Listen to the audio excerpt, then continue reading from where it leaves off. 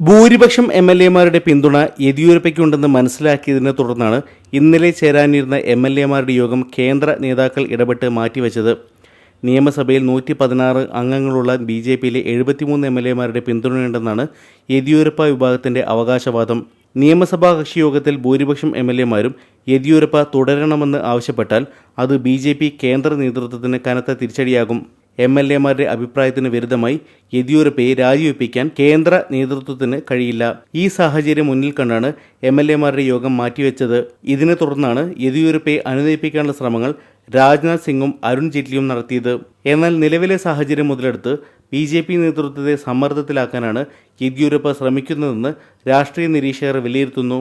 കേന്ദ്ര നേതൃത്വത്തിന് മുന്നിൽ യെദ്യൂരപ്പ ചില ആവശ്യങ്ങൾ വെച്ചിട്ടുണ്ട്. 1. തൻ്റെ വിശ്വസ്തനെ മുഖ്യമന്ത്രിയാക്കണം. 2. സർക്കാർ എടുക്കുന്ന തീരുമാനങ്ങൾ തൻ്റെ അറിവോടെയാകണം. 3.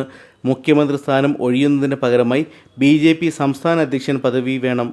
ഞായറാഴ്ച രാജിവെക്കുമെന്ന് കഴിഞ്ഞ ദിവസം പ്രഖ്യാപിച്ച യെദ്യൂരപ്പ ഈ ആവശ്യങ്ങൾ കേന്ദ്ര നേതൃത്വത്തെ അംഗീകരിപ്പിക്കാനാണ് സമ്മർദ്ദതന്ത്രങ്ങളുമായി രംഗത്തെത്തിയത്. കേന്ദ്ര നേതൃത്വം യെദ്യൂരപ്പയ്ക്ക് മുന്നിൽ വഴങ്ങുമോ അതോ യെദ്യൂരപ്പ കേന്ദ്ര നേതൃത്വത്തിന് മുന്നിൽ വഴങ്ങുമോ? ഈ ചോദ്യത്തിനുള്ള ഉത്തരമാണ് രാഷ്ട്രീയ വൃത്തങ്ങൾ ഉറ്റുനോക്കുന്നത്. ക്യാമറാമാൻ അരുൺ ആലക്കോടിനോടൊപ്പം രജീഷ് റഹ്മാൻ, ഇന്ത്യ വിഷൻ.